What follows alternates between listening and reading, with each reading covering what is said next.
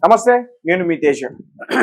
Middle east countries లో war ఆగిందనుకున్నాం, కానీ cease fire ని బ్రేక్ చేసి నిన్న దుబాయ్ ఇరాన్ పైన అటాక్ చేసింది.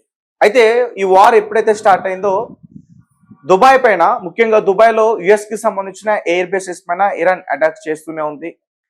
2000 డ్రోన్స్ తో, అలాగే కొన్ని బాలిస్టిక్ మిసైల్స్ తో కూడా అటాక్ చేసింది. కానీ దుబాయ్ మాత్రం డైరెక్ట్ గా ఈ వార్ లోకి ఇన్వాల్వ్ కాలేదు. అయితే రీసెంట్ గా ఈ కాల్పులు విరామణ ప్రకటించిన తర్వాత ఇరాన్ అలాగే యుఎస్ ఇప్పుడు దుబాయ్ 12,000 బాంబులతో విరుచుకుపడిందంటూ కూడా చెప్తా ఉన్నారు. దీనికి సంబంధించి క్లియర్ గా తెలుసుకునే ప్రయత్నం చేద్దాం. మనతో పాటు మాట్లాడడానికి సీనియర్ జర్నలిస్ట్ దాము బాలాజీ గారు ఉన్నారు, ఆయనతో మాట్లాడదాం. నమస్తే సార్. సో ఈ వార్ ఎప్పుడైతే స్టార్ట్ అయిందో అప్పటి నుంచి కూడా దుబాయ్ ఇరాన్ ఏదైతే మిసైల్స్ డ్రోన్స్ తో అటాక్ చేస్తుందో డిఫెన్స్ సిస్టమ్ తో ఎదుర్కొంటుంది, కానీ డైరెక్ట్ గా ఇరాన్ పైన దాడి చేయలేదు. ఇప్పుడు తాజాగా కాల్పుల విరామాన్ని ప్రకటించిన తర్వాత డైరెక్ట్ గా దాడులు చేయడానికి సిద్ధమైంది. నిన్న 12,000 బాంబులతో కూడా దాడి చేయడానికి విరుచుకుపడింది అంటూ కూడా చెప్తారు. ఏంటి సార్ దీనికి సంబంధించి? అంటే మామూలుగానే మనకి గల్ఫ్ దేశాల మీద ఇరాన్ దాడులు చేస్తూనే ఉంది డే 1 నుంచి కూడా. అయితే గల్ఫ్ దేశాలు ఇరాన్ మీద ఇప్పటి వరకు డైరెక్ట్ గా దాడి చేయలేదు. అయితే మొన్న యుఎన్ సెక్యూరిటీ కౌన్సిల్లో గల్ఫ్ దేశాలు ఒక ప్రతిపాదన పెట్టాయి. అదేంటంటే, మాకు పర్మిషన్ ఇవ్వండి ఇరాన్ మీద మేము దాడి చేయడానికి, ఎందుకంటే ఇరాన్ మా మీద దాడి చేస్తుంది అని ఒక ప్రతిపాదన పెట్టాయి. ప్రతిపాదన పెట్టినప్పుడు దానికి రష్యా, చైనా అడ్డుపడ్డాయి.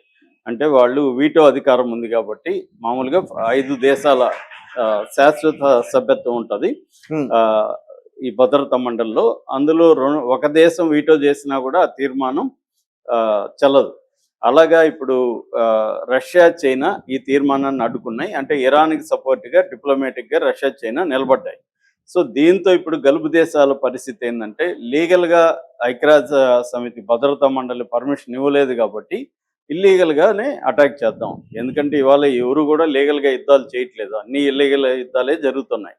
ఎవరు కూడా ఇంటర్నేషనల్ లాని పాటించట్లేదు. కాబట్టి మనం కూడా ఇల్లీగల్గానే యుద్ధం చేద్దాం అనేది గల్ఫ్ దేశాల్లో కొన్ని దేశాలు, ముఖ్యంగా Saudi Arabia, UAE, Bahrain, Kuwait ఇవి డిసైడ్ అయినట్టుగా తెలుస్తుంది. ఒమన్, ఖతారు కొంత చూద్దాం ఇంకా మనం, ఎందుకంటే ఇరాన్తో పెట్టుకుంటే ప్రాబ్లం ఏంటంటే ఇరాన్కి దగ్గరగా ఉంటాయి ఈ దేశాలన్నీ. రెండోది, ఈ దేశాలకి సొంత సైన్యం అనేది డిఫెన్స్ సిస్టమ్ కూడా తక్కువ ఉంటుంది, అమెరికా మీద డిపెండ్ అయి ఉండాలి. అమెరికా ఏమో ఇజ్రాయెల్కి హెల్ప్ చేసినంతగా ఈ దేశాలకు చేయట్లేదు. మొన్న కూడా అతి దారుణంగా ట్రంప్ కామెంట్ చేశాడు, MBS Saudi Arabia crown prince ని ఈ కిస్రుమై యాస్ అన్నాడు. సో అది ఓపెన్ గా, అది దారుణమైన అవమానం. సో ఎప్పుడైతే గల్ఫ్ దేశాలు కంప్లీట్ గా పక్కనున్న ఇరాన్కి ఎనిమిగా మారి అమెరికా బేసులను ఏర్పాటు చేశాయో, ఇరాన్కి అది కంటగింపుగా మారింది. మరోవైపు గల్ఫ్ దేశాలు ఇటు ఇజ్రాయెల్తో కూడా ఒప్పందాలు చేసుకున్నాయి. సౌదీ అరేబియామో నేచురలైజేషన్ ప్యాక్ట్ చేసుకునింది, యుఏఈ లాంటివేమో అబ్రహాం అకార్డ్స్ అంటారు, అబ్రహాం ఒప్పందాలకి ఇజ్రాయెల్తో ఎంటర్ అయింది. అంటే గల్ఫ్ అరబ్ ప్రజల మీద, ముఖ్యంగా పాలస్తీనాల మీద దారుణం మారణకాండ చేస్తున్న ఇజ్రాయెల్తో అదే అరబ్ దేశాలు మళ్ళీ ఒప్పందాలు చేసుకొని డిఫెన్స్ అగ్రిమెంట్లు ఇవన్నీ కూడా చేసుకున్నాయి. దానివల్ల ఇరాన్కి ఎనిమిటీ అనేది పెరిగింది. 3 ఏళ్లకు ముందు చైనా, సౌదీ అరేబియా, ఇరాన్కి మధ్య ఒక ఒప్పందాన్ని కుదిర్చగలిగింది, కానీ అదేమీ ముందుకెళ్ళలేదు. సో ఈ నేపథ్యంలో ఏమైందంటే, ఇప్పుడు యుద్ధం కూడా ఇది ఇరాన్ తెచ్చుకున్న యుద్ధం కాదు, ఇరాన్ కవించడం ఏమి చేయలేదు. ఇది ఇరాన్ నిజానికి ఒక శాంతి చర్చలకి రెడీగా ఉంది.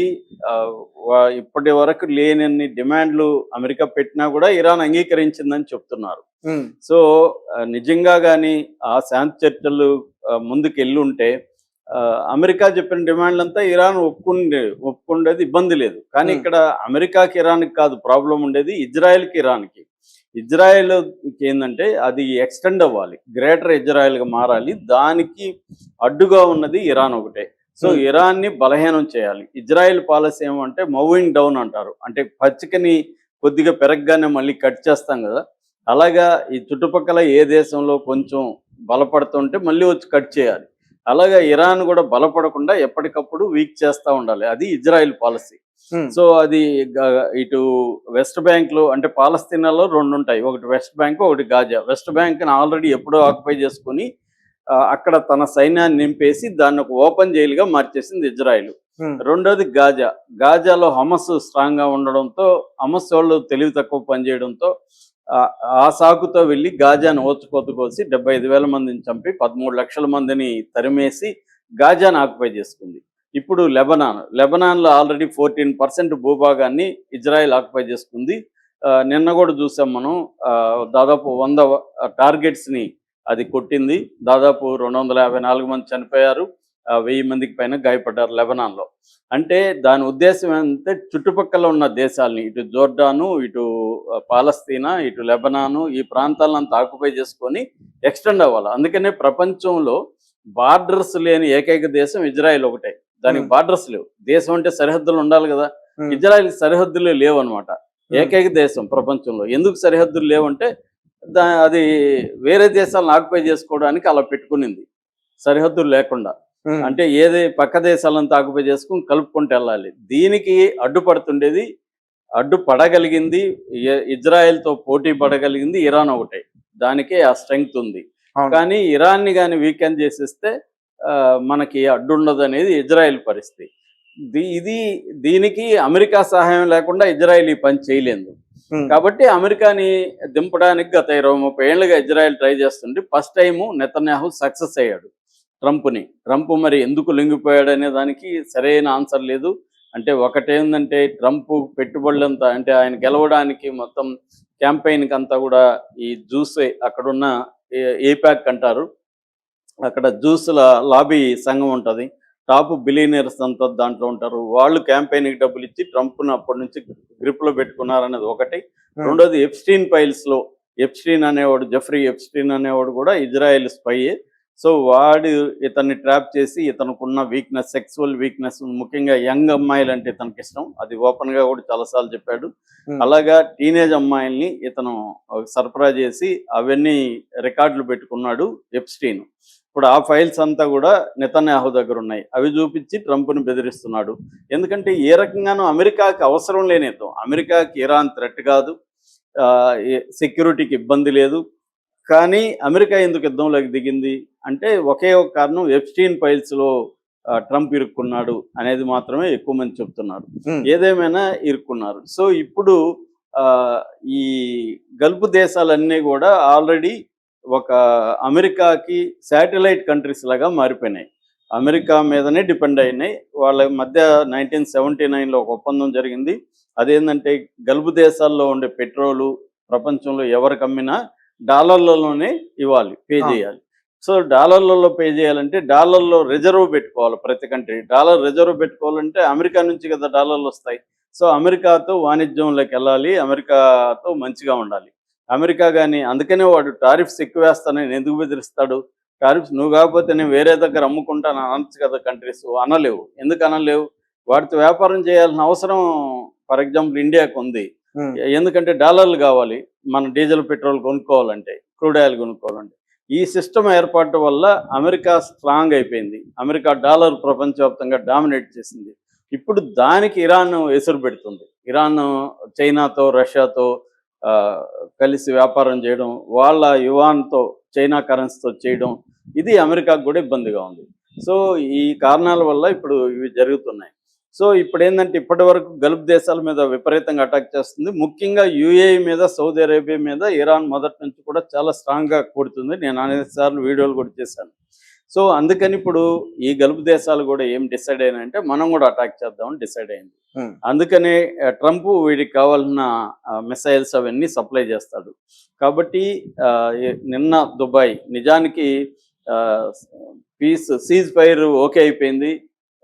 మామూలుగా అయితే దుబాయ్ దాడి చేయకూడదు, అవును, సీజ్ ఫైర్ ప్రకారం. కానీ సీజ్ ఫైర్ ఎవరికి ఇష్టం లేదు. వాళ్ళకి ఇటు గల్ఫ్ దేశాలకు కూడా సీజ్ ఫైర్ ఇష్టం లేదు, ఇజ్రాయెల్కి కూడా ఇజ్రాయెల్కి అసలు ఎలాగో ఇష్టం లేదు. సో కాబట్టి ఇరాన్ మీద మళ్ళీ కవిస్తే ఇరాన్ మళ్ళీ మన మీద దాడి చేస్తుంది. సో ఈ సీజ్ ఫైర్ పోతుంది అనేది వాళ్ళ ఉద్దేశం. అందుకని ఇజ్రాయెల్ ఏమో ఇరాన్ మీద దాడి చేయలేదు. ఎందుకంటే అమెరికా ఆపింది ఇజ్రాయెల్ని, నువ్వు ఇజ్రాయెల్ మీద దాడి చేయి, ఇరాన్ మీద చేయొద్దని. దాంతో ఇజ్రాయెల్ ఏం చేసింది, లెబనాన్ మీద చేసింది. లెబనాన్ అనేది సీజ్ ఫైర్ లో భాగంగా ఉంది అని పాకిస్తాన్ ప్రధానమంత్రి చెప్పాడు. అట్లాగే ఇరాన్ కూడా కండిషన్ లో భాగంగా లెబనాన్, గాజా కూడా సీజ్ ఫైర్ లో భాగం కావాలని చెప్పాయి. Hmm. కానీ ఇజ్రాయెల్ నెతన్యాహు ఓపెన్ గా చెప్పాడు నేను అది ఫాలో కానని.